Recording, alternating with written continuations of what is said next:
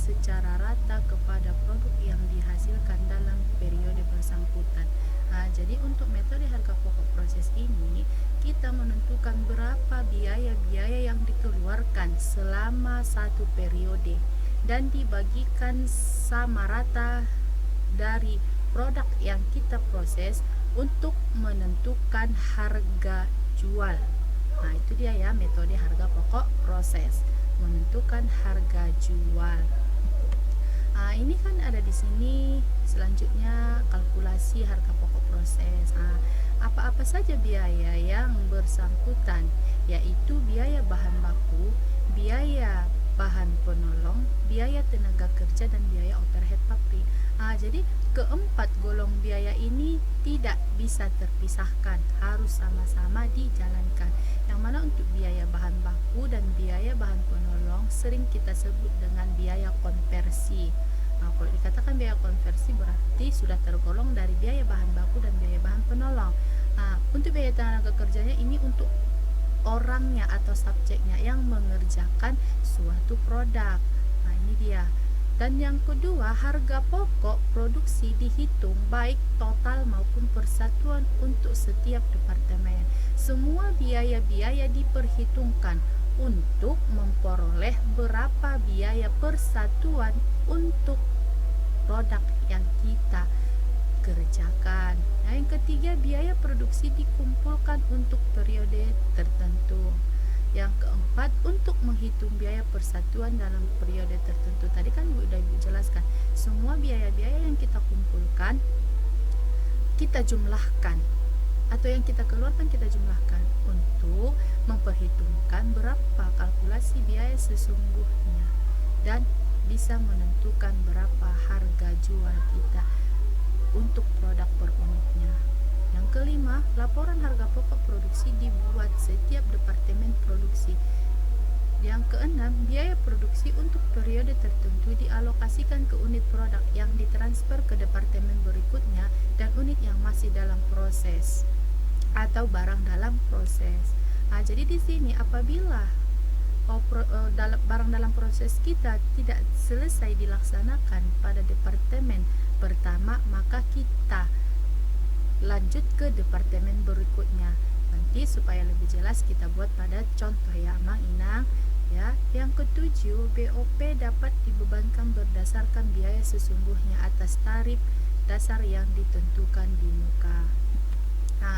Yang B ini karakteristik metode harga pokok proses. Yang mana satu, memproduksi barang secara massal dan dilakukan secara terus-menerus.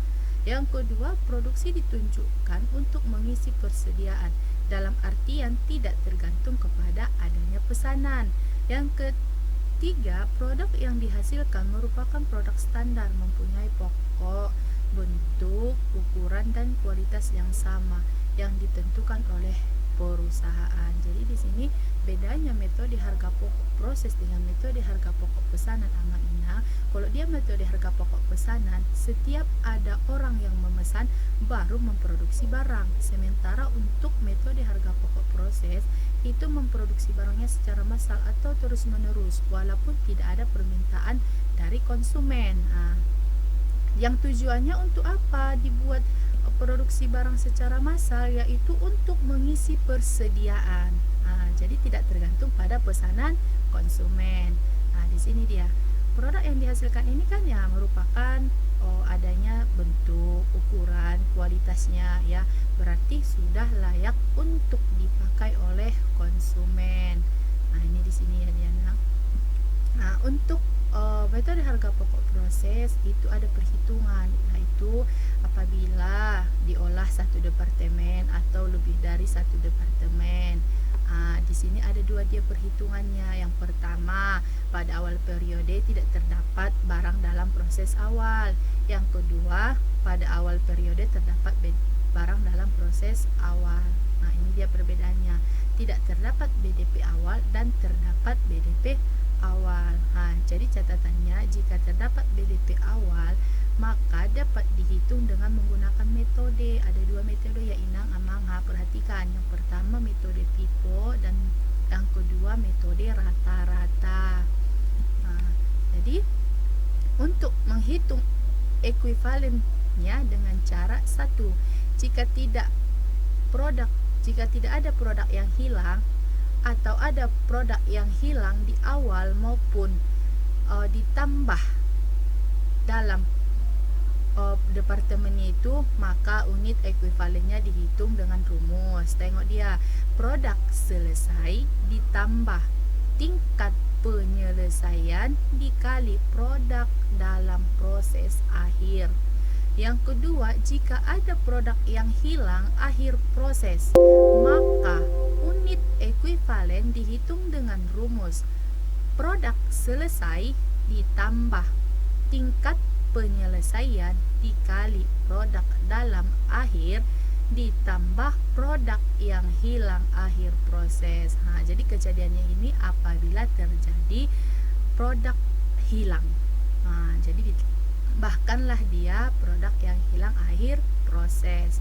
Yang ketiga, biaya persatuan. Berarti untuk satu unit. Seperti itu dia.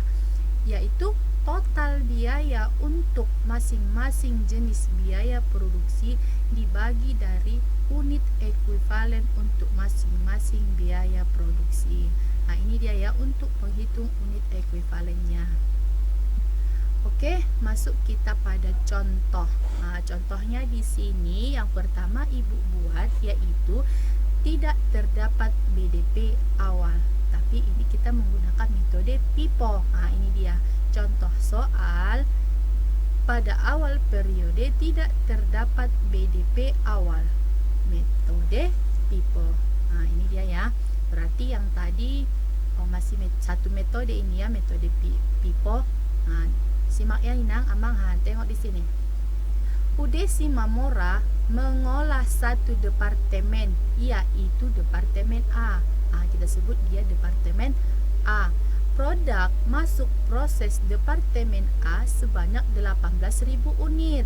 Di sini berarti yang masuk proses, yang mau kita buat atau yang mau kita olah sebesar atau sebanyak 18.000 unit. Untuk produk selesai sebanyak 17.500 unit. Produk masih dalam proses akhir 500 unit. Dengan tingkat penyelesaian dia biaya bahan baku 80%, BTK 60% dan BOP 40%. Jadi di sini yang kita masuk atau yang kita proses 18.000 unit. Ternyata yang selesai kita proses itu 17.500 unit. Jadi proses akhirnya atau persediaan akhir kita sebanyak 500 unit. Di sini dia 500 unit dia untuk persediaan akhir. Adapun biaya produksi yang terjadi selama bulan Januari 2019.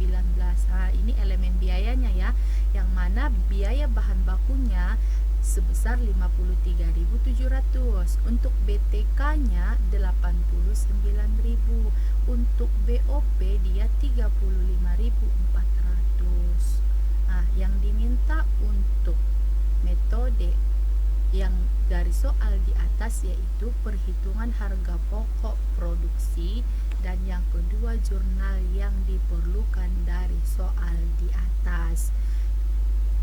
Tengok disimak ya Mang ini. Berarti tadi kita apa? Udesi Mamora. Berarti di sini yang pertama kita kerjakan laporan harga pokok produksi yaitu Januari 2019. Data biaya produksi. Tadi kan di soal jumlah masuk proses 18.000 unit. Jumlah produk selesai 17.500 unit dan jumlah BDP akhir yaitu dengan tingkat penyelesaian untuk biaya bahan baku 80%, BTK 60%, BOP 40% sebesar 500 unit. Dari mana Bu kita buat? Seandainya tidak ada produk selesainya Bu, yang diketahui cuman produk masuk proses dan jumlah BDP akhir, makanya jarannya 18.000 dikurang 500 unit, makanya terjadi atau selesai kita kerjakan 17.500 unit. Ketiga-tiganya ini harus balance, yang jumlah produk selesai dengan jumlah BDP akhir, harus balance ke jumlah masuk proses. Apabila tidak ada BDP akhir, yang ada cuman diketahui produk selesai dengan produk masuk proses, maka produk masuk proses dikurang produk selesai, hasilnya 500 unit. Ketika tidak ada diketahui produk masuk proses, tapi diketahui produk selesai dan BDP akhir, maka kedua-duanya kita jumlahkan, maka hasilnya jumlah masuk proses. Jadi catatannya tidak pernah dua yang hilang, pasti yang diketahui dua, satu yang hilang. Apabila dia di jumlah masuk prosesnya hilang, maka produk selesai dan BDP akhir kita tambahkan. Apabila di jumlah produk selesai hilang, tidak ada angka, maka jumlah masuk proses kita kurangkan dengan BDP akhir, itulah jumlahnya. Jadi yang diketahui tidak pernah satu, tetapi dua. Yang hilang selalu satu atau tidak diketahui. Masuk kita ke pembebanan biaya produksi, yang itu ada dia elemen biaya produksi, ekuivalen per unit, dan biaya produksi per unit. Di sini dia berapa biaya produksi untuk biaya bahan baku, biaya tenaga kerja, dan biaya BOP itu sudah tertera pada soal. Ini dia, kita pindahkan semua biaya-biayanya ini kepada elemen biaya. Ini dia biaya produksinya, ya kan. Untuk mencari unit ekuivalen tadi, yang mana tadi sudah ada di rumus, yaitu produk selesai ditambah tingkat penyelesaian dikali produk dalam proses akhir. Dari sini dia dapat berapa dia produk selesai, ini dia 17.500 unit, ditambah tingkat penyelesaian untuk biaya bahan baku, ini dia 80%, dikali jumlah barang dalam proses akhir, ini 500, totalnya 17.900. Jadi di sini Inang tidak boleh kita menambahkan dulu baru mengkalikan. Jadi tingkatannya dikalikan dulu baru kita tambahkan. Dapat tadi hasilnya 17.900 rupiah. Untuk mencari biaya produksi per unitnya, biaya produksi dibagi total biaya atau total unit ekuivalen, berarti 53.700 dibagi 17.900, totalnya 3. Untuk biaya tenaga kerja juga seperti itu, 89.000 biaya produksinya selama bulan Januari 2019, dan unit ekuivalennya di sini tadi kan sudah tertera produk selesai. Produk selesainya 17.500 ditambah tingkat penyelesaiannya 60% untuk BTK dikali 500 unit, totalnya 17.800. 89.000 dibagi 17.800, totalnya 5, berarti untuk biaya per unitnya 5 rupiah. Yang ketiga yaitu BOP 35.400. Tingkat penyelesaiannya 17.500 ditambah, ini dia 40% dapat dari tingkat penyelesaian untuk BOP, ini dia ya Inang Amang, dikali 500 sama dengan 17.700. 17.700 berarti biaya produksi dibagi dari unit ekuivalennya itu 35.400 dibagi 17.700, hasilnya 2. Di sini jadi jumlah biaya produksinya kita jumlahkan, jadi 178.100 rupiah untuk biaya produksi per unitnya 10 unit. Jadi di sini harus dilihat apabila nanti perkalian kita ke bawah harus totalnya 178.100 biar dikatakan balance. Tetapi kalau tidak segini nanti hasilnya Amang Inang dari biaya produksinya itu, berarti yang kita kerjakan belum balance. Oke, kita lanjutkan ke perhitungan. Perhatikan ya Amang Inang. Di sini harga pokok produk, ini dia harga pokok produk. Berapa harga pokok produk selesai? Berapa tadi yang selesai? 17.500. Berapa unit? Jumlah unitnya 10 unit. 10 rupiah ya.